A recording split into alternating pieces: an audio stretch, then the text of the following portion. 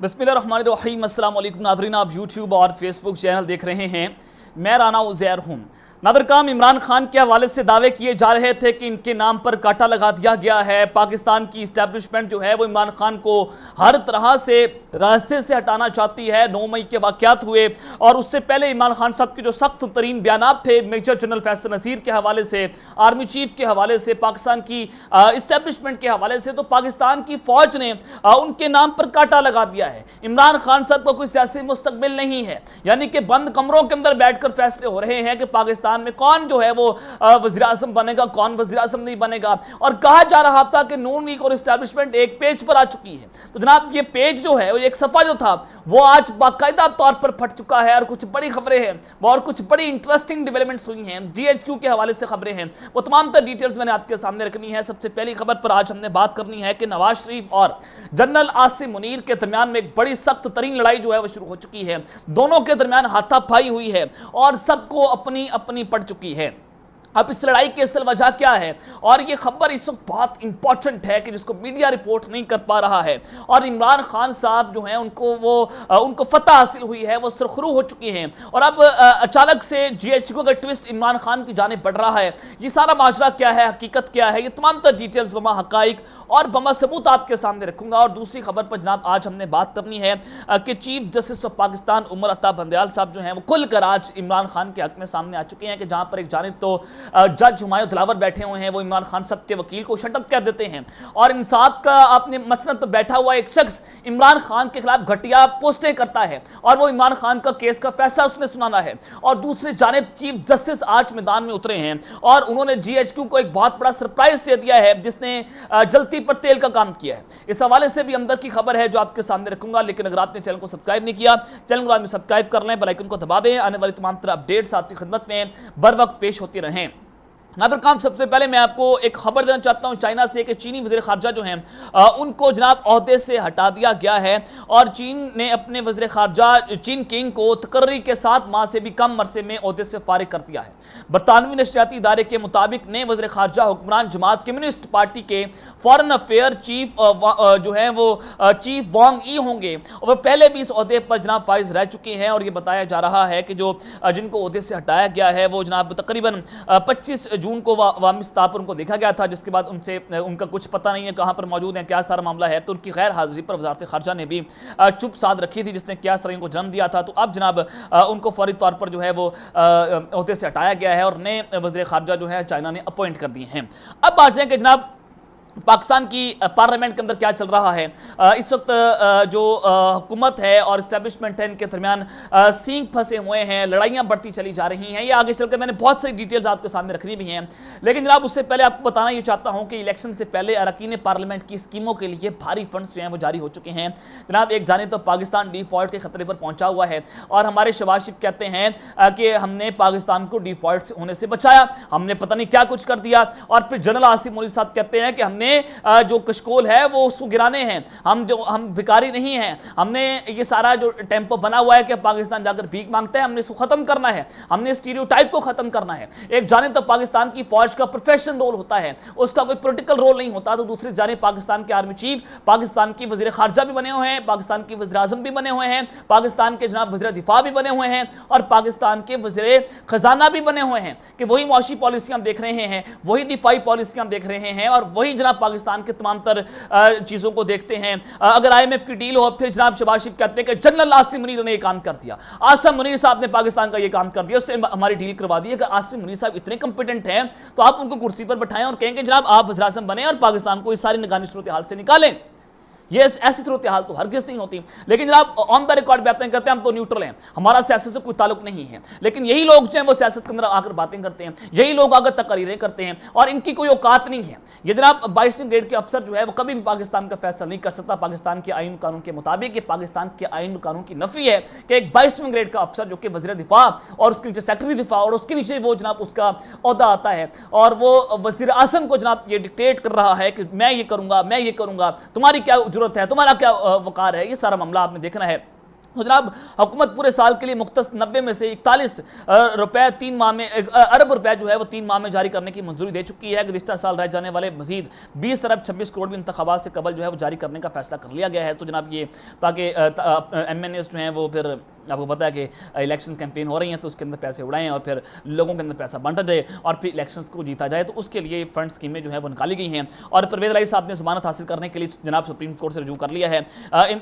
साबिक वज़ीर परवेज़ इलाही साहब की जानिब से लाहौर हाई कोर्ट की जानिब से हिफाजती ज़मानत का हुक्म मुअत्तल करने का फैसला सुप्रीम कोर्ट में चैलेंज कर दिया गया है। ये खबर जो है वो हमारे तक पहुंची है और आज ही अली मोहम्मद खान साहब को रिहा किया गया था।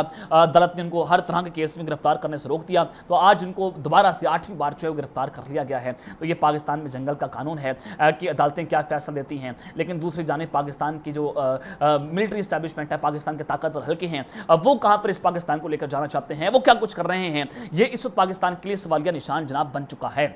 अब आ जाएं कि इस वक्त तोशाखाना मैनेजमेंट और रेगुलेशन बिल सेनेट में जनाब पेश कर दिया गया है। ये बिल इस वक्त बहुत अहमियत इख्तियार कर चुका है, जिसके तहत कवायद के खिलाफ वर्जी और मुआवनत करने वाले को तोहफे की मार्केट मालियत का 5 गुना जुर्माना करना होगा, जबकि बिल का इतलाक सदर, वज़ीर आज़म, अफवाज और अदलिया के अरकान पर होगा। सरकारी वफ्त में शामिल अफराद जो हैं वो हासिल तोहफा तोशाखाना में जमा करवाएंगे और मीडिया रिपोर्ट्स के मुताबिक ये बताया जा रहा है कि सरकारी अहदेदारान में स्पीकर, डेप्यूटी स्पीकर, चेयरमैन और डेप्टी चेयरमैन, सेनेट, वफाकी वज़रा, गवर्नर्स, पॉलिटिकल सेक्रेटरी, मुआवनीन खुसूसी और दीगर वफाकी और सूबाई अहदेदारान भी शामिल हैं, जबकि वज़राए आला, सूबाई स्पीकर और डेप्टी स्पीकर, मुआवनीन खुसूसी, अटॉर्नी जनरल, एडवोकेट जनरल और लॉ अफसरान पर भी बिल का इतलाक होगा। इधर जनाब तोशाखाना केस में इमरान खान की गिरफ्तारी से मुतल्लिक जो सहाफ़ी एजाज सईद साहब हैं वो कह चुके हैं कि तोशाखाना से लिए गए इमरान खान साहब ने जो असासों के अंदर अपने तहाइफ जो है वो शो नहीं किए, तो इलेक्शन कमीशन में दायर केस में इमरान खान की ज़्यादा से ज़्यादा 2 माह जो है वो गिरफ्तारी और उनको सजा हो जाएगी। इस केस में इमरान खान साहब न सिर्फ नाअहल होंगे बल्कि उन्हें कैद की सजा भी हो जाएगी, 2 माह उनको कैद हो सकती है और उनको जनाब नाअहल किया जाएगा। एजाज सईद साहब जो है वो ये खबर दे रहे हैं। तो ये सारी चीज़ें जनाब आप सबके सामने मैं एक और बड़ी खबर रखना चाहता हूँ chief justice of Pakistan Umar Ata Bandial साहब की जानिब से कि उमर अता बंदियाल साहब ने अब वो इमरान खान के हक में सामने आ चुके हैं। अब ये सारा केस आपने देखा कि तोशाखाना के हवाले से बिल भी आ गया और फिर इमरान खान को नाअहल करना है, तोशाखाना केस के अंदर ही नाअहल करना है। और आज हुआ क्या, उमर अता बंदियाल साहब अचानक से सामने आते हैं, वो इमरान खान के हक में उन्होंने फैसला सुनाया है और इसी केस के अंदर उन्होंने GHQ को एक बहुत बड़ा सरप्राइज दिया है। देखें, फराह गोगी के हवाले से खबरें चल रही हैं कि फराह गोगी जो है वो इमरान खान और उनकी अहलिया बुशरा बीबी के खिलाफ वादा माफ गवाह बनने जा रही है। वो पाकिस्तान की अथॉरिटीज और टॉप लीडरशिप जो है, जो टॉप लेवल की जो इन्वेस्टिगेटिव जितनी भी टीमें हैं उनके साथ वो राब्ते के अंदर है, उनको कॉपरेट कर रही हैं और उनको तमाम तर सबूत उन्होंने फराहम कर दिए हैं कि बुशरा बीबी ने इमरान खान और उसको फराह गोगी साहिबा ने इमरान खान और बुशरा बीबी को फैसिलिटेट किया और उन्होंने दुबई के टॉप बिजनेसमैन मियां उमर फारूक को जनाब वो तोहफा जो है वो $2 मिलियन का बेचा था।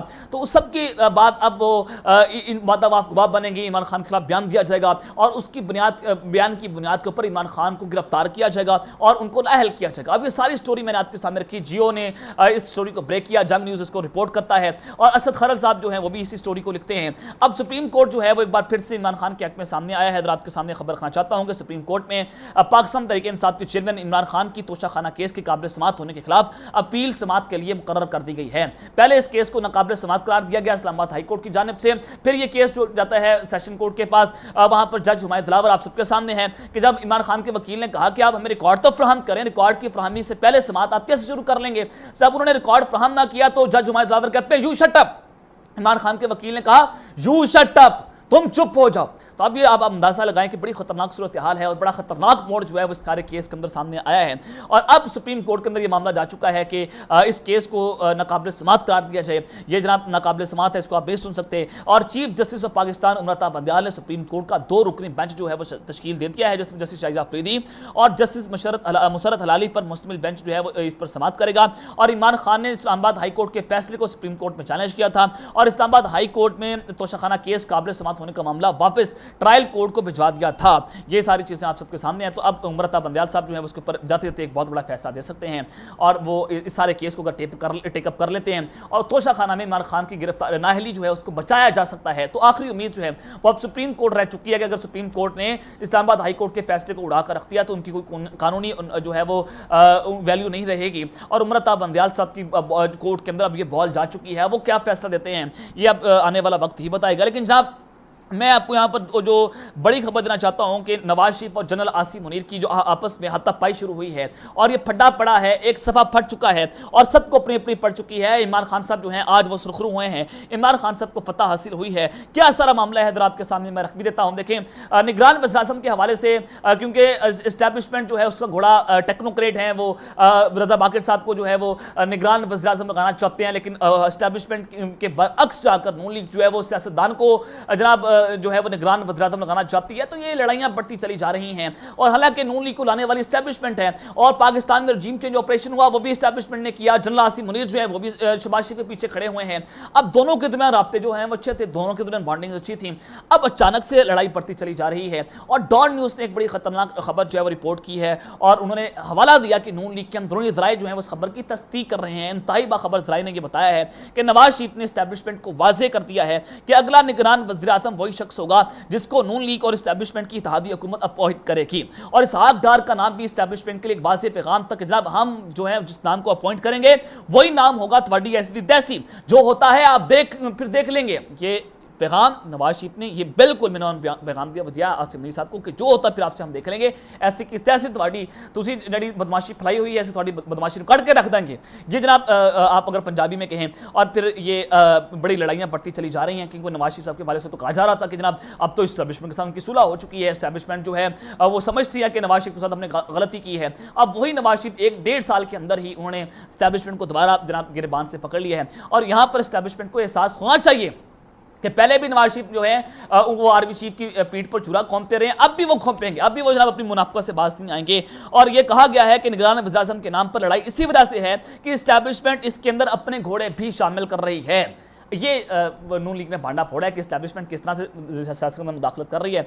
अब ये ब्लैकमेलिंग की सियासत जो है वो शुरू हो चुकी है। इस्टेब्लिशमेंट नून लीग को ब्लैकमेल कर रही है, नून लीग जनाब इस्टेब्लिशमेंट को ब्लैकमेल कर रही है कि जनाब हम असी थोड़े कच्चे चट्टे खोल के रख देंगे अगर तुमने जनाब हमारे बंदे को निगरान वज़ीर-ए-आज़म नहीं बनने दिया। और गरीदा फरूकी जो है उन्होंने भी इस खबर की तस्दीक कर दी। उन्होंने कहा कि this time beginning again it's Nawaz Sharif versus establishment, के टाइम शुरू हो चुका है कि नवाज शरीफ और इस्टेब्लिशमेंट की लड़ाई बढ़ने जा रही है।